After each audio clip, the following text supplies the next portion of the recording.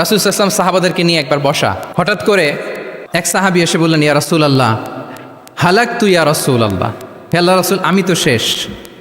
রাসূল সাল্লাল্লাহু আলাইহি ওয়াসাল্লাম বললেন, তুমি শেষ, তোমার আবার কি হলো?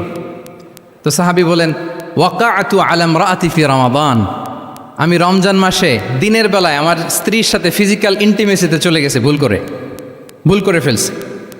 আমরা জানি যে রমাদানে আমরা কিছু কাজ করতে পারি না।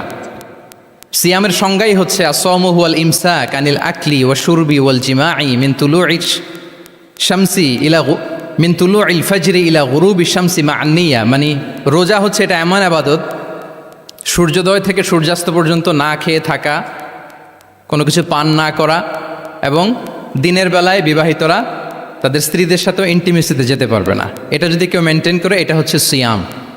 তো এই সাহাবী বলে, ইয়া রাসূলুল্লাহ আমি তো শেষ, আমি তো দিনের বেলা ভুল করে ফেলছি, আমি তো আমার স্ত্রীর সাথে মেলামেশা করে ফেলছি, এখন কি করব?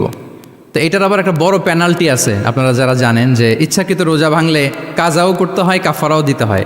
কাজা মানে একটা রোজার জন্য একটা রোজা, আর কাফারা মানে হচ্ছে আরও 60টা রোজা রাখতে হবে। কয়েকটা জিনিস আছে, বেসিক্যালি 3টা।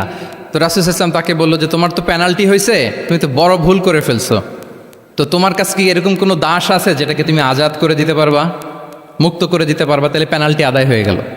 সে বলে, ইয়া রাসূলুল্লাহ না, আমার তো এত সক্ষমতা নাই, আমার কাছে তো কোনো দাস নাই। আচ্ছা দাস নাই। তো রাসূল সাল্লাল্লাহু আলাইহি ওয়াসাল্লাম বললেন, তাইলে তুমি টানা 2 মাস রোজা রাখতে হবে, তাইলেও পেনাল্টি হয়ে যাবে, আদায় হয়ে যাবে, পারবা? সে বলে, ইয়া রাসূলুল্লাহ 2 মাস রোজা রাখা তো এটা কঠিন হয়ে যায়, ইটস নট এ জোক, টানা 60 দিন কি করে রোজা রাখা?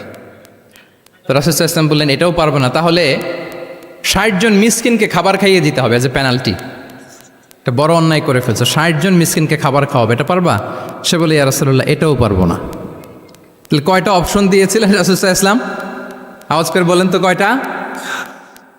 একটাও উনি পারবে না। দাসও আজাদ করতে পারবে না, 2 মাস রোজাও রাখতে পারবে না, 60 জনকে খাওয়াতেও পারবে না।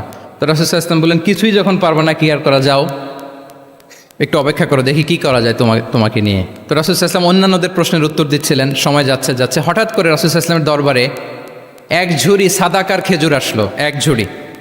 তো সাদাকার এক ঝুড়ি খেজুর দেখে রাসূল সাল্লাল্লাহু আলাইহি ওয়াসাল্লাম বললেন, ওই ব্যক্তিকে ডাকো যার কিছু নাই, কিছুই করতে পারবে না। ডেকে আনা হলো। রাসূল সাল্লাল্লাহু আলাইহি ওয়াসাল্লাম বললেন, যাও, তুমি তো কিছুই করতে পারবে না, এই এক ঝুড়ি চ্যারিটির খেজুর, সাদাকার খেজুর তুমি গরিবদের মাঝে বিতরণ করে দাও, তাসাদ্দাক বিহা, এটা বিতরণ করে দাও, তাইলে আশা করি আল্লাহ তোমাকে মাফ করবে। তো এই সাহাবী বলে, ইয়া রাসূলুল্লাহ আলা আফকারা মিন্না ইয়া রাসূলুল্লাহ, আমার চেয়েও গরিব কাউকে খুঁজে বের করে দান করতে হবে? তো রাসূল সাল্লাল্লাহু আলাইহি ওয়াসাল্লাম বললেন, হ্যাঁ গরিবকেই তো দিতে হবে। তো উনি বললেন যে, রাসূলুল্লাহ পুরো মদিনার তল্লাটে আমার চাইতে গরিব কেউ আর নাই, আমি সবচাইতে গরিব। ফাদাহিকা রাসূলুল্লাহ হাত্তা বাদাত আনিয়াবু, একথা শুনে রাসূল সাল্লাল্লাহু আলাইহি ওয়াসাল্লাম হেসে দিলেন, এত হেসে দিলেন যে রাসূল সাল্লাল্লাহু আলাইহি ওয়াসাল্লাম এই পাশের চোয়ালের দাঁত দেখা গেল। এত বেশি হাসেন না উনি, নিজেকে ধরে রাখতে পারলেন না, হাসি আটকে রাখতে পারলেন না। ফাদাহিকা রাসূলুল্লাহ, হেসে দিলেন, হাত্তা বাদাত আনিয়াবু, ওনার দাঁতের এপাশ ওপাশ দেখা গেল। তো রাসূল সাল্লাল্লাহু আলাইহি ওয়াসাল্লাম বললেন, যাও, দাস মুক্তি করতে পারবো না, 2 মাস রোজাও রাখতে পারবো না, তারপরে 60 জনকে খাবারও খাওয়াতে পারবো না, এখন দিলাম চ্যারিটির এক ঝুড়ি খেজুর, এটা গরিবদের মধ্যে দান করে দাও। তুমি বলো যে তোমার চেয়ে গরিব আর কেউ নাই, তো কি করা, যাও তুমি তোমার ফ্যামিলি নিয়ে এটা খাও, তোমার ফ্যামিলির মেম্বার্স যারা আছে এদেরকে নিয়ে এটা কি করো, খাও। দেখেন আমাদের সুবিধা অসুবিধাকে ইসলাম কতটা বিবেচনায় নেয়। আসছিল পেনাল্টি দিতে, কথা বুঝতেছেন আমার? ওই সাহাবী রাসূল সাল্লাল্লাহু আলাইহি ওয়াসাল্লামের কাছে আসছিল কি দিতে, পেনাল্টি, এখন নিয়ে গেল কি, এক ঝুড়ি। আল্লাহু আকবার পড়বেন না?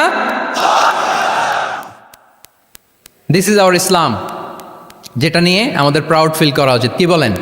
আমাদের যে ধর্ম জ্ঞানের কথা বলে, আমাদের যে ধর্ম মানবতার কথা বলে, আমাদের যে ধর্ম এমন বিধান দেয় যেটা মানতে পালন করতে আমাদের কষ্ট হয় না, বরং আমাদের সুবিধা অসুবিধা বিবেচনায় নেয়, সে ধর্ম নিয়ে, সে ইসলাম নিয়ে আমাদের প্রাউড ফিল করা উচিত কিনা বলেন? শুনি নাই আমি, ইয়েস অর নো?